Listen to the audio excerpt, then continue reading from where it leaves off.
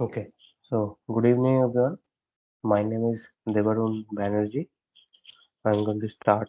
We're going to start this particular live session on the NPTEL of the NPTEL course, Physical and Electrochemical Characterizations in Chemical Engineering. This is live session number 3, and I'm from Indian Institute of Technology, Delhi, a PMRF PhD scholar. So in this particular week, the NMR spectroscopy has been basically taught. So the basic principle and concepts and fundamentals of NMR has been emphasized upon in the first place. So the principle of NMR, what is the particular the working principle of NMR? It works based on the spin characteristics of the subatomic particles of the nuclei. So spin is an inherent characteristic of all subatomic particles, neutrons, protons, and electrons. Spin is equivalent to a very tiny magnetic moment. Without the magnetic field, the moments are oriented arbitrarily. So basically, when a particular magnetic field is actually applied, a field is generated which alters the inherent magnetic moment of the subatomic particle. So other than the external magnetic field, they are basically oriented some arbitrary fashion. So this particular external magnetic field serves as a rotating force, aligning the magnetic nuclear spin with the direction of the applied field. So it aligns either in the direction or in the opposite direction or in some other direction. So based on that, we get some spectroscopy results.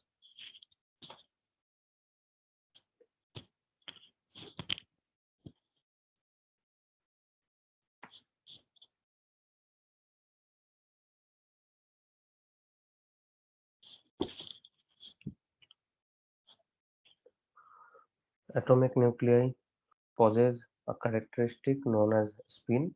They behave as if they are spinning. A nucleus with an odd mass, an odd atomic number, or both a quantized spin angular momentum and a magnetic moment. Okay, so no, it's not like okay, each and every nucleus or each and every atom will give some uh, uh, result in the NMR spectroscopy. So a nucleus with an odd mass or an odd atomic number or even both. So these will have a particular quantized spin angular momentum and a magnetic moment. So for example, like the like 12 carbon, 16 oxygen. So they, because of these are even numbers, they are atomic numbers, so they do not have a spin property. So there is a particular simple relation which the number of allowed spin states, it can be actually determined by its spin quantum number I.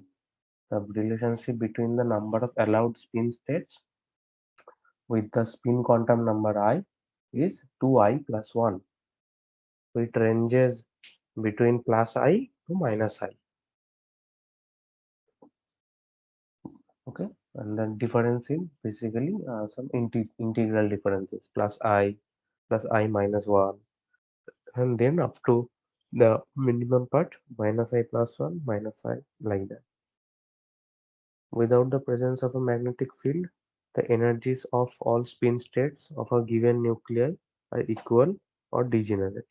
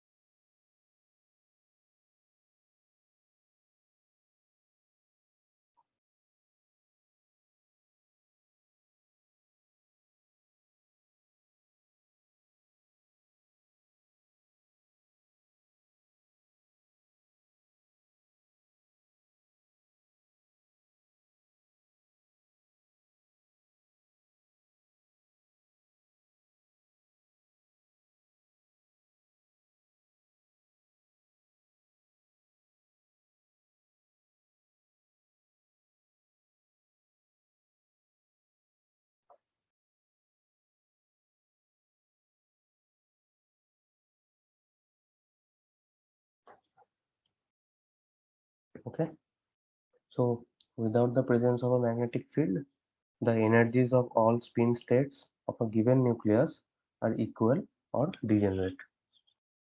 So when there is no particular external magnetic field is present, so all the spin states, uh, depending on the what is the nuclei and how many spin states are there, the however the energies of these all spin states of a particular nuclei are equal.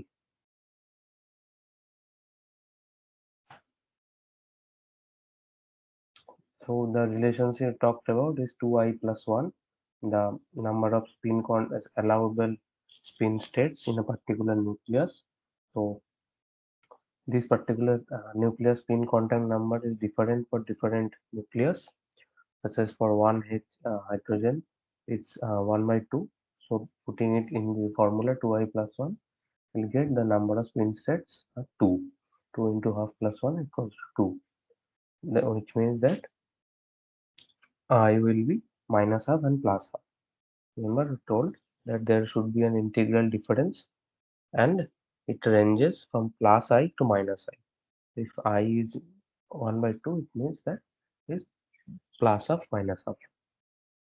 For deuterized hydrogen, the spin quantum I is 1, so number of spin states is 3, like that. The 13C its spin quantum number is again 1 by 2, so for this it is also 2. So like that you can determine. So the magnetic moment nu of a nuclei is produced by its charge and spin. A hydrogen nucleus may spin in clockwise direction or counterclockwise direction. If it spin in the clockwise direction, we call it as a plus half spin quantum, or it's a counterclockwise direction, we call it as a minus half spin quantum state. Okay, so the plus half spinning, we call it in the spinning in the aligned, it aligned with the magnetic field, or it's minus half when it spins in the opposite direction. So okay, so it can be actually like treated as a uh, kind of position of the bar magnets. So if there is a particular normal case, there is a north south poles actually attract uh, both of them together, but if we rotate this particular bar magnet slightly, mm, so there is this north pole together and south pole together, but obviously they would try to repel each other, they would not be very much stable in this particular configuration. So they would try to oppose this particular configuration, which means that in the opposite direction, the minus of spin state, they would be in the higher energy state, where when they are in the equilibrium position or in the aligned position, they are in the lower energy state. So with regard to the applied field, hydrogen nuclei can only adopt one of these orientations, either in aligned position or in the opposed position, based on the direction of the applied magnetic field. So the spin state plus half has a lower energy, which aligns it with the applied field, as I told, based on this example in the bar magnet. The spin state minus half has a greater energy and therefore is in opposition to the applied field. Okay.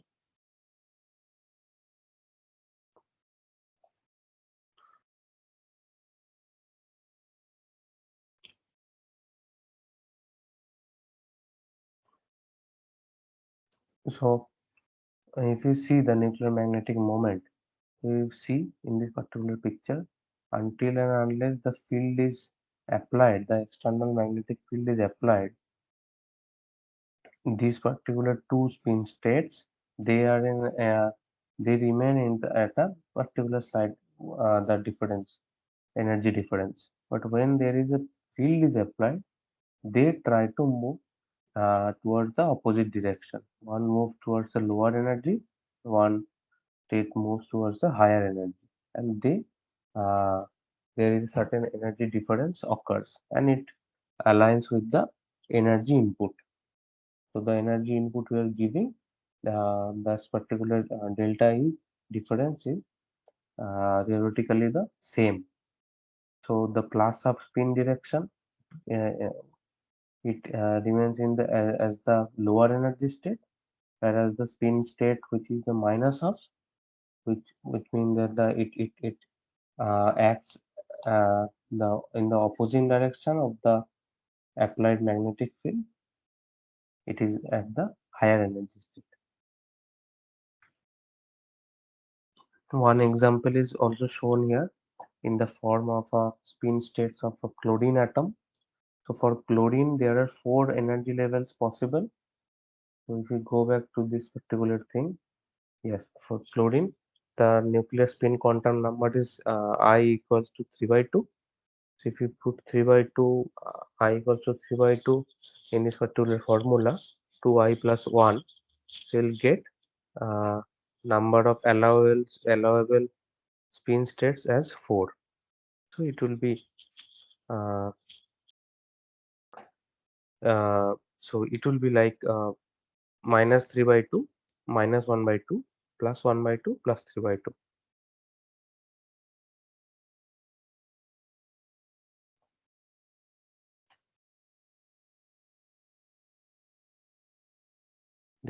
This thing particularly is also shown here also. So when I equals to 3 by 2, there are 4 possible spin states for the chlorine nucleus: minus 3 by 2, minus half, plus half, and plus 3 by 2. Okay.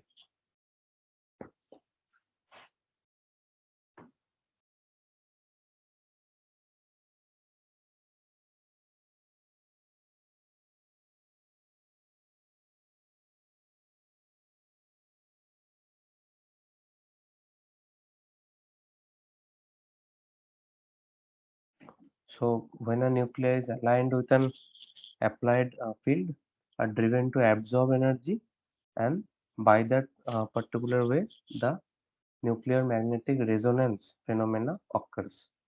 Their spin orientation changes in response to the applied field. The process of energy absorption is actually quantified. The amount of energy absorbed must be equal to the difference in the energy between the two states. As I told earlier, the absorbed energy is actually equal to the difference of the delta E between the two particular energy states, equals to the h nu.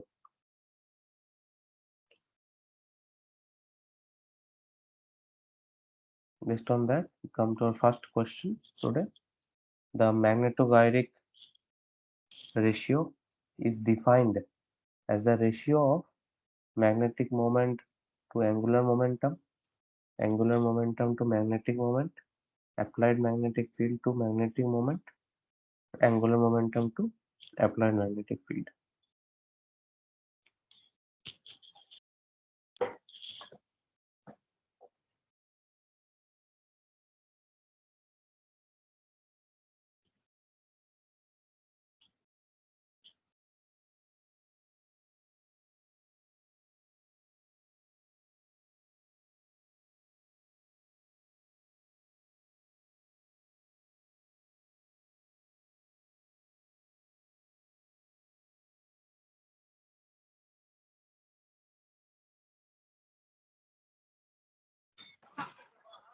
The answer is A, magnetic moment to angular moment.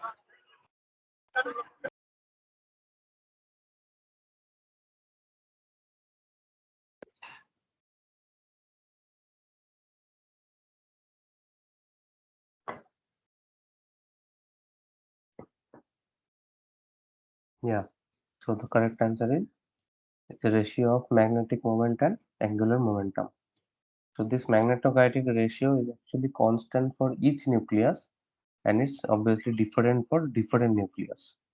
And how is it important? It's important because it decides the energy dependence on the magnetic field. And as earlier shown, that the particular delta E, the difference between the energy states, is actually equal to the energy absorbed. So the strength of the applied magnetic field B naught determines the energy difference.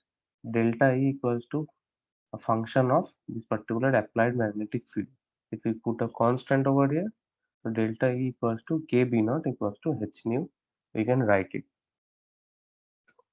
So, and the intensity of the applied magnetic field dictates the energy disparity between the different spin states. The energy difference also depends on the nature of the nuclei, as already obviously told that this particular whatever this uh, difference between the multiple energy states, it will not be the same for each and every nuclei, right? So if you see this particular figure also, like for chlorine there are particularly four energy states. So this difference between the minus half and plus half energy states might also be the different what is shown from the hydrogen atom nuclei also. We cannot surely say that when there is a plus half minus half state spin contest set, there will be the at the same difference for each and every nuclei. It might be same, might be different. It would be also one of the factor is such a factor is the magnetogyric ratio, which determines for oxygen 17 nucleus, which has the quantum number I equals to 5 by 2. The number of allowed spin states are 4, 5, 8, 6.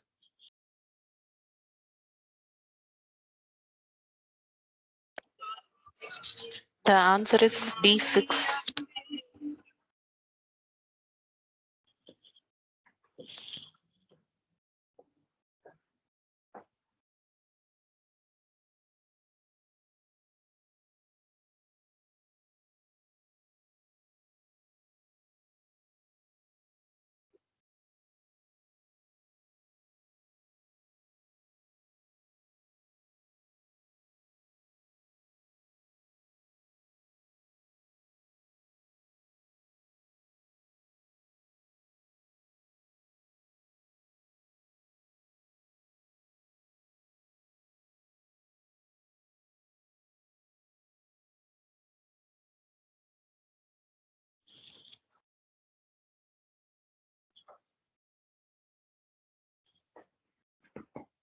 Yeah, it's simple. You have to just use the formula 2I plus 1 equals to the number of allowed spin state. Put the value of I equals to 5 by 2.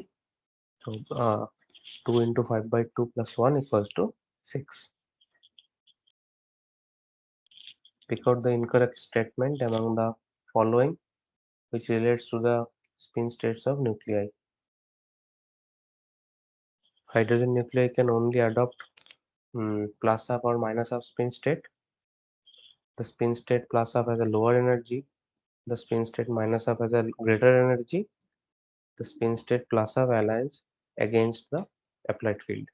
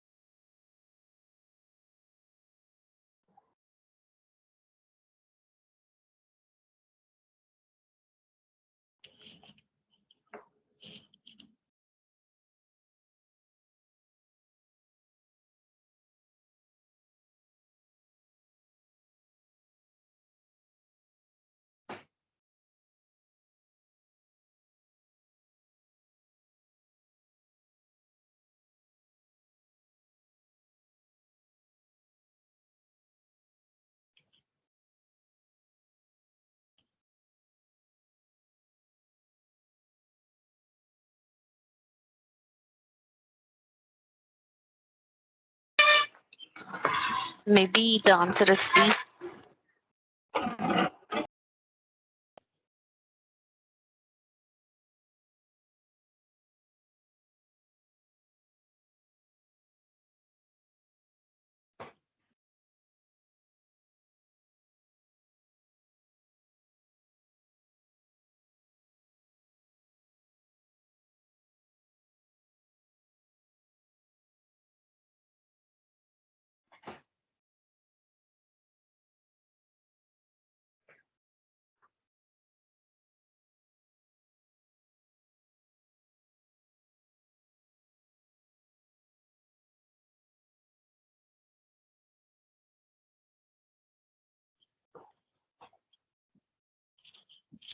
Okay, yeah. So the correct answer is the D.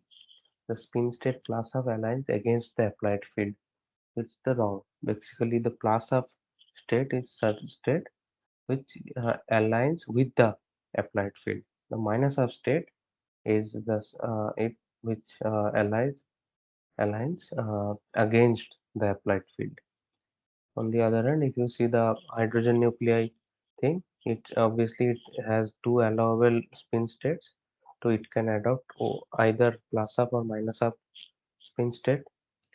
So the spin state plus up has a lower energy. Yes, you can see here. The spin state minus up has a greater energy.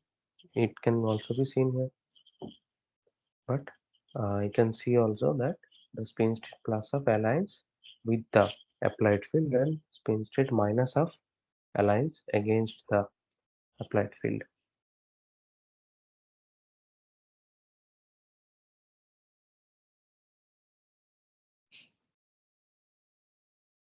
So the magnetogyric ratio gamma is the highest for there are four options: deuterized hydrogen 2H, 13C, 19F, or 31P.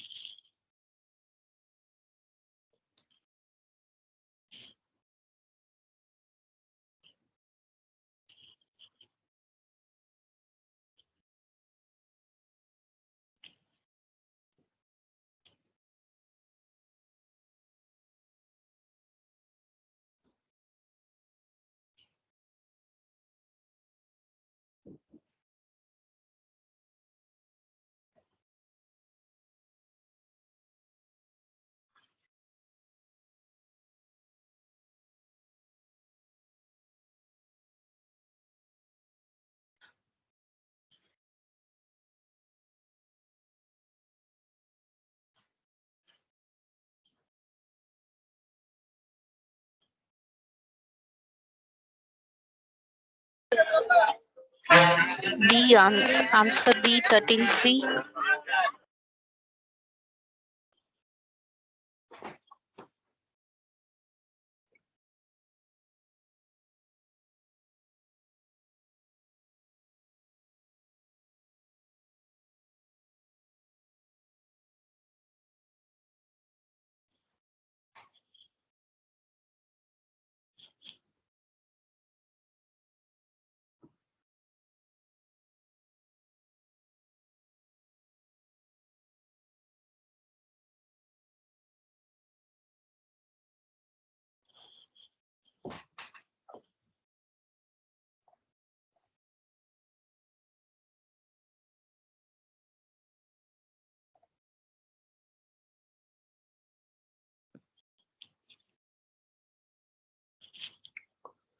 Okay, so among the options, the correct answer would be the 19F is having the highest magnetogyric ratio. However, in world, the H hydrogen has the highest magnetogyric ratio of about 267 radians per Tesla. But among these options, I see that deuterized hydrogen have a 41.1 gamma, 13C has a 67.28 gamma, 19F has 251.7, and 31P has 108.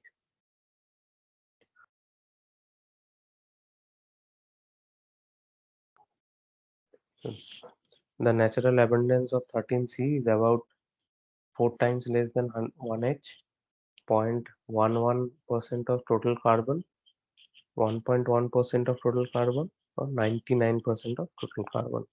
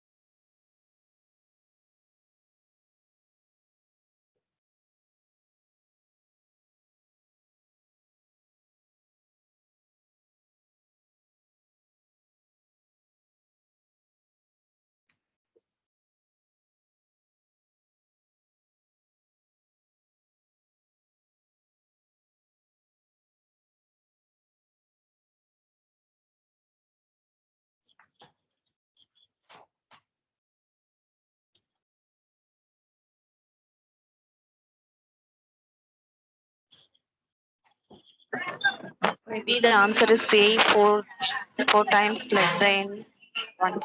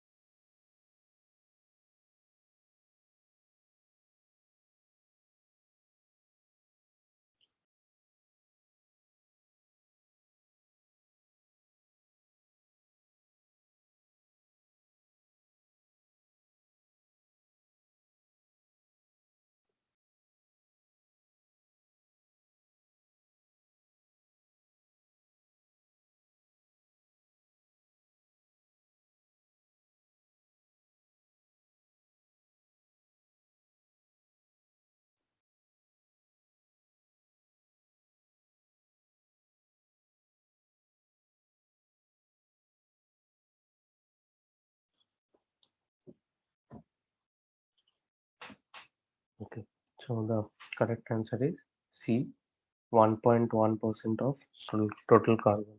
So in this list, you can see the natural abundance of different isotopes with 1H have a 99.98 percentage of natural abundance. The rest uh, uh, goes to the 2H deuterized hydrogen have 0.0156 percentage.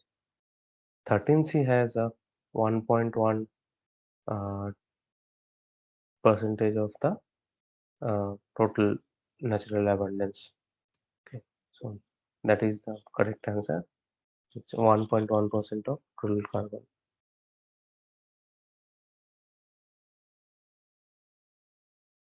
When a magnetic field is applied, the nucleus starts to rotate at an angular frequency around its own spin axis, which is referred to as Larmor frequency, precessional frequency, resonance frequency of the nucleus, or all of the above.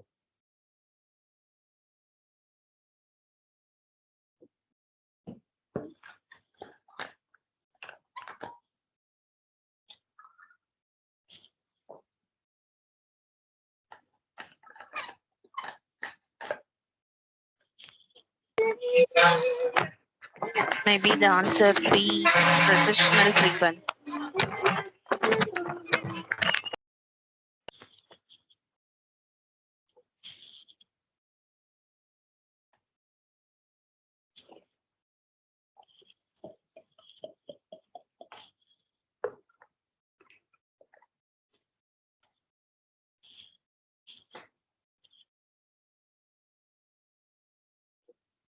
So basically, when a magnetic field is applied, the these all of the terms, depending on the situation, they actually are used, which is a Larmor frequency, precessional frequency, or resonance frequency of the nucleus. So all of the above the correct answer.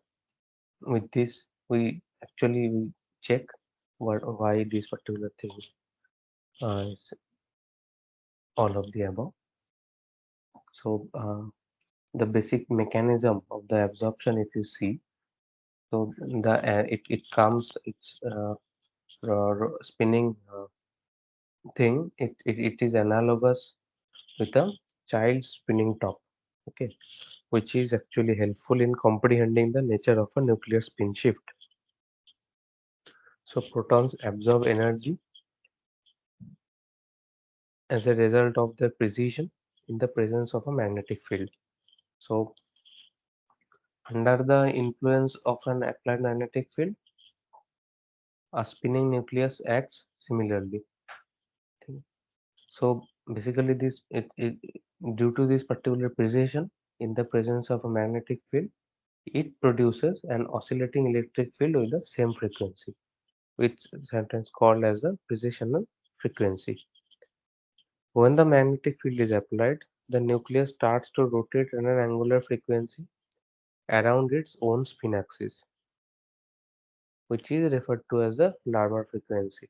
Okay, so it can be termed as Larmor frequency or precessional frequency, or even uh, when the two fields, basically one is the frequency of the incoming radiations oscillating electric field component, and the other one is the precessing nucleus electric field which is generated by this particular uh, oscillating electric field. Uh, so these particular two fields, if they couple, and they what would they do? They would transfer the energy from the incoming radiation to the nucleus, and they would result in a spin shift. This particular thing, the state of equilibrium will be achieved. This is called the resonating, the or the frequency of the resonance, and the nucleus is said to be in resonance with the incoming electromagnetic wave. Also, a proton's rate of precession is proportional to the strength of the applied magnetic field. So, the stronger magnetic field we apply, uh, it means that the rate of precession of proton would be much stronger or much higher. So just proportional, basically. Also, the higher the applied field, the faster is the proton's rate of precession of this particular angular frequency. The same thing is shown here. And certain example, one statement is also shown. When a field of 1.41 Tesla is applied to a proton, the frequency of precession is about 60 megahertz.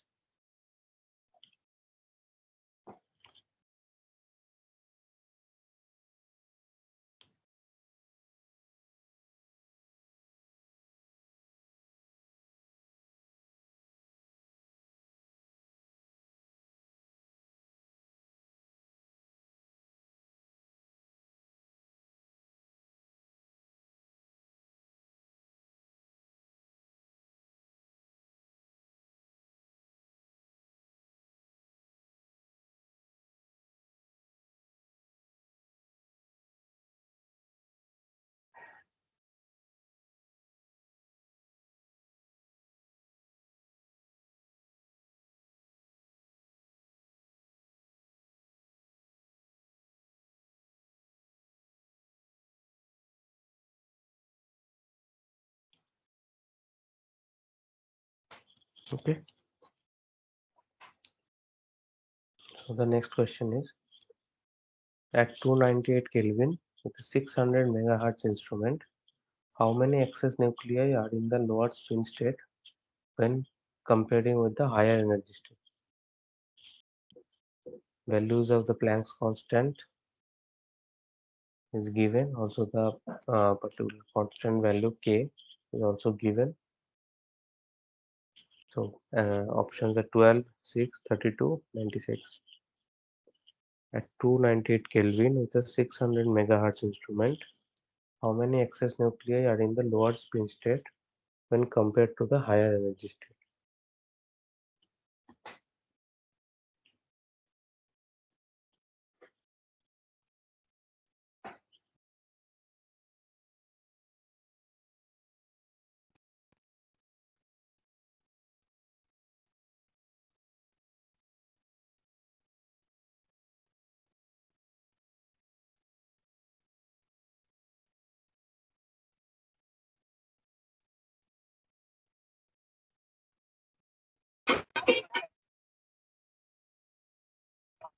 That is D 96.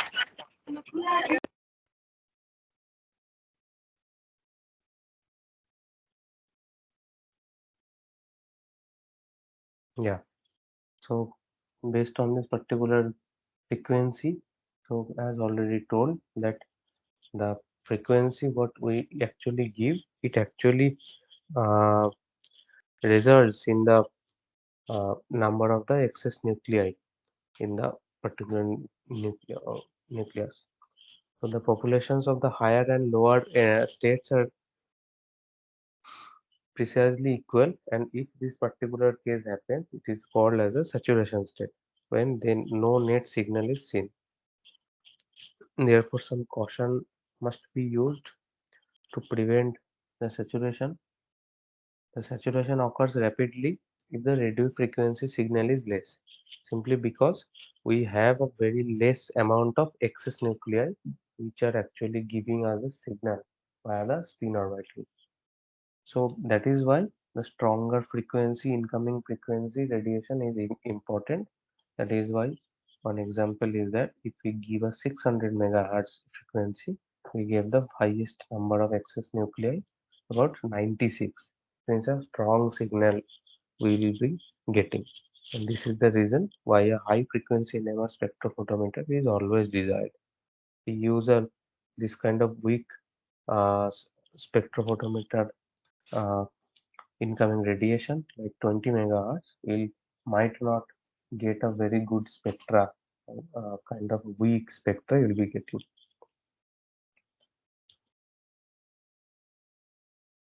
With this we come, uh, also have to check the chemical shift. So basically the chemical shift actually occurs based on a particular bonds. So if a bond having a low electron density, so the nucleus would experience a stronger magnetic field due to less electron shielding. So if it has a low electron density due to, if for example if have a OH bond, so oxygen is electronegative. So oxygen would, the electron cloud would be very much attracted towards the oxygen. So hydrogen will have a low electron density, which means that the electron shielding would be less. So the applied magnetic field would directly affect the nucleus, uh, the state. So nucleus would be experiencing a strong magnetic field due to less electron shielding, which would be the opposite when a high electron density thing would be there. For example, CH bond. So neither a carbon nor hydrogen is a electronegative. So there will be not very high dipole moment would be caused in this particular kind of bonds like CH, which would be not the case for this kind of bond like OH or maybe CCl or like this kind of like dipole moment for a bond functional groups. So in this case, the nucleus would experience a weaker magnetic field because there is so much electrons, they would shield the incoming magnetic field. So the nucleus chemical shift of the particular spectra due to the energy variation, the excitement of the particular spin orbitals of the nucleus, that would be lesser compared to a lower electron, this kind of lower electron density molecule on the bond. Based on that, we can actually distinguish what kind of bonds are actually present in our molecule. So let's see, there's the thing that was written here. Each proton in the molecule is in a slightly varied chemical environment. All protons do not resonate at the same frequency. Protons are shielded or protected from the magnetic field by the electrons around them. A current is formed when the electrons circulate. This current produces a secondary magnetic field which is perpendicular to the applied field, and this is referred to as diamagnetic shielding.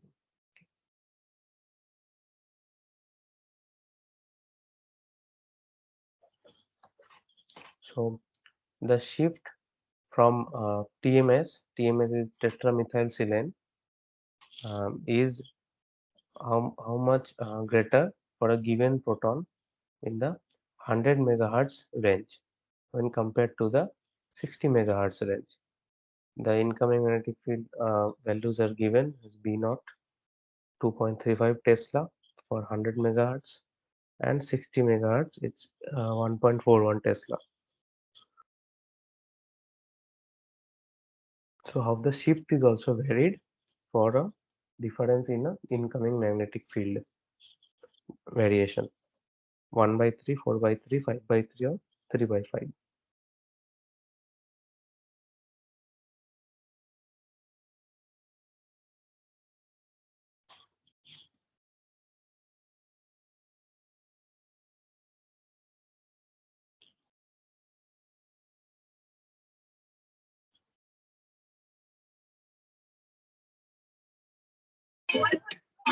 Answer is C, 5 by 3.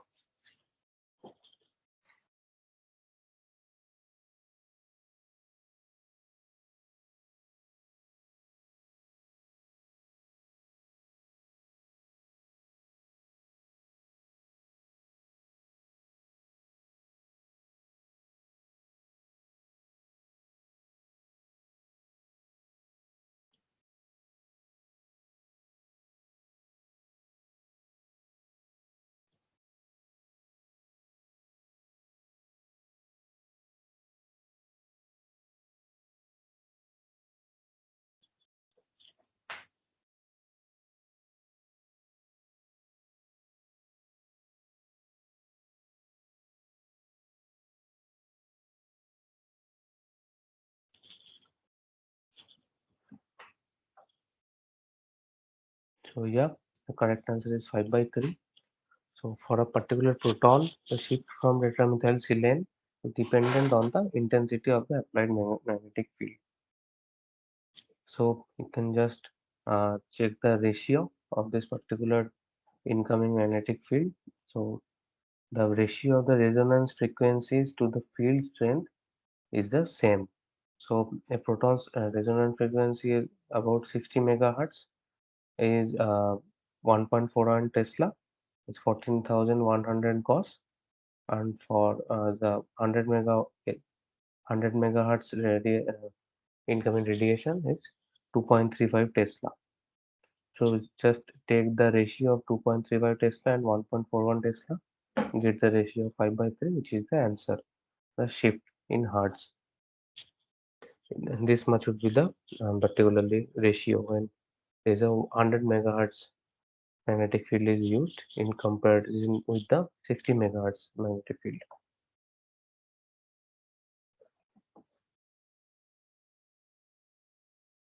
Okay. So, which means that this particular incoming magnetic field actually affects our chemical shift. To solve this particular issue, this it can be actually solved by defining a new parameter which is independent of the field strength. So what is the new parameter? So we have to divide the hertz shift of the particular proton by the frequency in megahertz to acquire the shift value. So delta equals to the shift in hertz divided by spectrophotometer frequency in megahertz. So the chemical shift indicates the degree by which a proton resonance is moved away from TMS, expressed in ppm of the spectrophotometer's fundamental operating frequency. So even if the test is performed at 60 megahertz or 100 megahertz, the value of chemical shift for a particular proton is always the same. So at 60 megahertz, the proton in one example is proton this methyl bromide shifted 162 hertz away from TMS. TMS is the reference. So we take it as 0. So how much the shift is happening? We that is the chemical shift. So 162 hertz shift is there from TMS. When whereas the at 100 megahertz when you are operating, the displacement is greater. It's about 270 hertz. So you can see this particular ratio is 162 uh, divided by 60. So the shift divided by spectrophotometer frequency is actually a kind of parameter it makes that it is actually same. So for the second values, second set of values, 270 divided by uh, spectrophotometer frequency 100, 270 by 100, both are actually 2.7. So this particular ratio is actually same, is actually independent of the field strength. The next question is the ringing phenomena in a continuous wave spectrophotometer represents an increasing sequence of oscillations. The fact that the stimulated nuclei do not have enough time to return to their equilibrium condition, or the relaxation rate of stimulated nuclei is greater than the scan rate, or none of the above.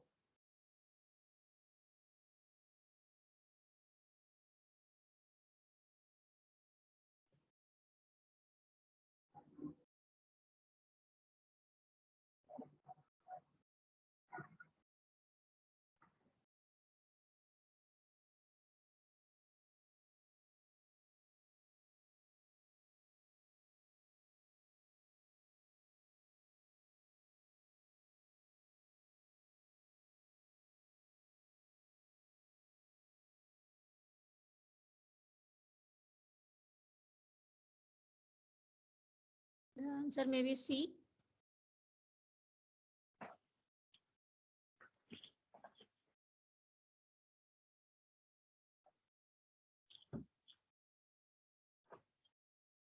No, the correct answer is actually the B. So basically, uh, so instruments produced P exhibited ringing, which is a particularly diminishing sequence of the oscillations. Okay, so it happens when the stimulated nuclei give the magnetic field, the nuclei get stimulated, but we are not giving it enough time to return to their original equilibrium condition before the instrument's magnetic field move to a new location. So that is why this kind of uh, diminishing kind of field is we get a continuous uh, field. Without that, we might have got kind of a sinusoidal wave or a cosine wave like that. But since we are not giving them enough time, therefore we sometimes we give the we get such kind of ringing phenomena.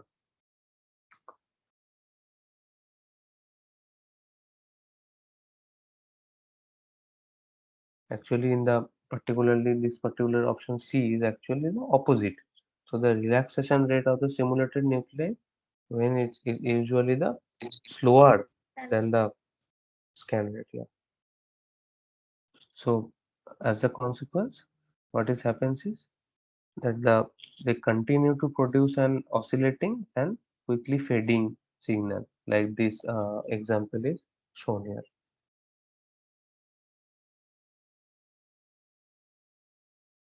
The magnetic anisotropy in benzene is primarily due to strong field produced by the electromagnet, protons normal shielding by valence electrons, secondary magnetic field due to ring system pi electrons, and none of these.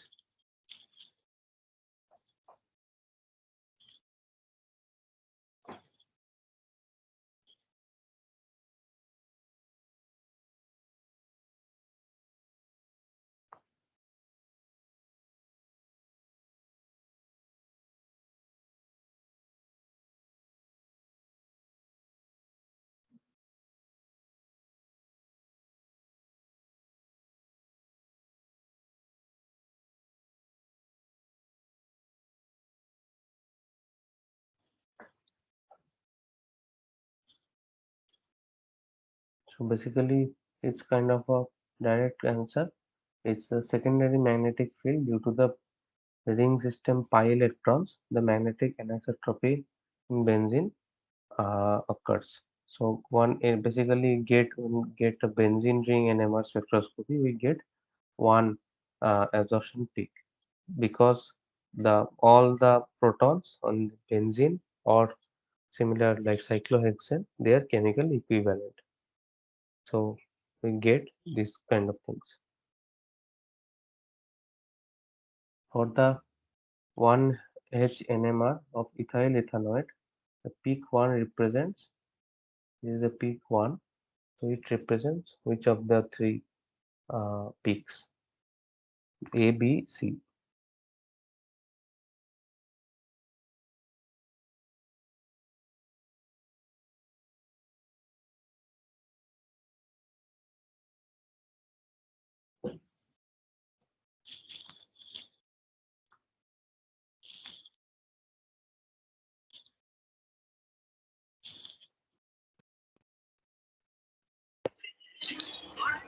Will be answer B.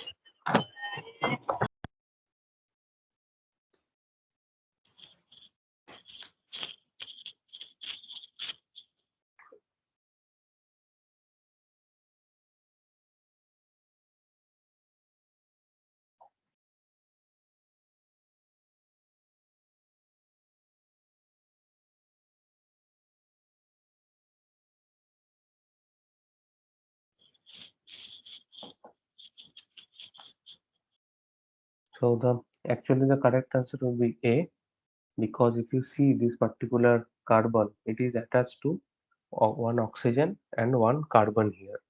So because of this particular arrangement, there will be a much more chemical shift. If you see the other options, there is one carbon here, it is attached to one carbon, and this particular uh, carbon, it has the equivalent protons. So this particular carbon is also attached to a carbon, and this particular like these equivalent protons are attached to the one carbon.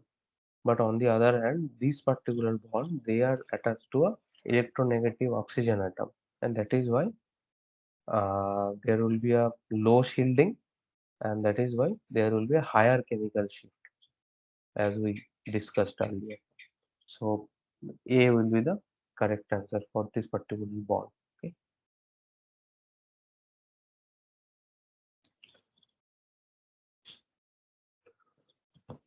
So the ratio of areas A1 is to A2 is to A3 as per the 1H NMR given below is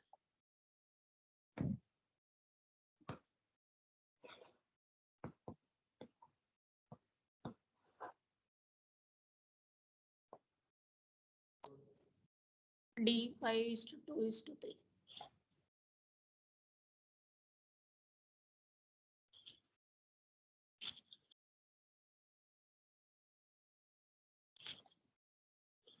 yeah. So it's basically the area under the each peak is actually proportional to the number of hydrogens generating the peak. So if you see this particular A1 peak, it is generated by this particular 5 proton system. Okay.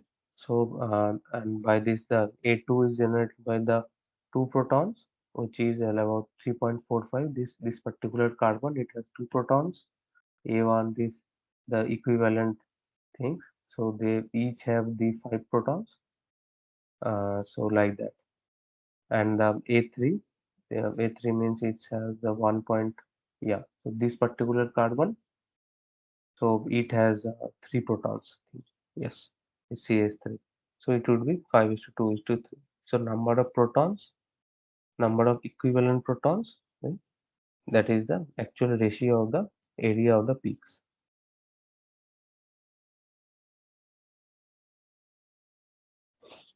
So based on spin-spin splitting, the 1H NMR of ethyl iodide will have 2 equivalent protons, 3 equivalent protons, 4, 5 equivalent protons.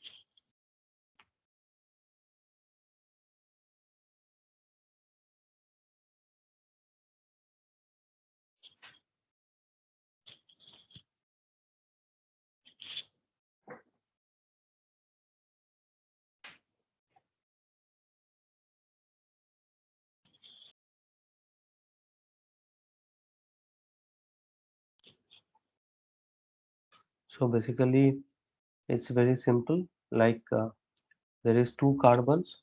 So one carbon is this. It has 2 hydrogen, and these are one set of equivalent protons.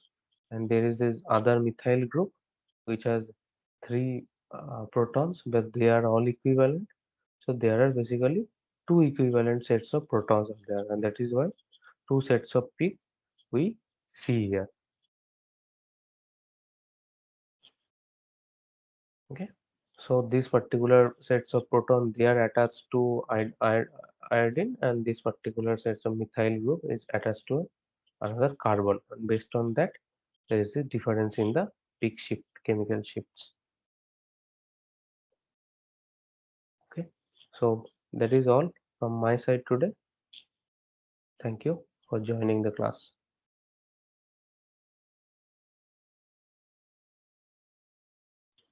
Thank you, sir.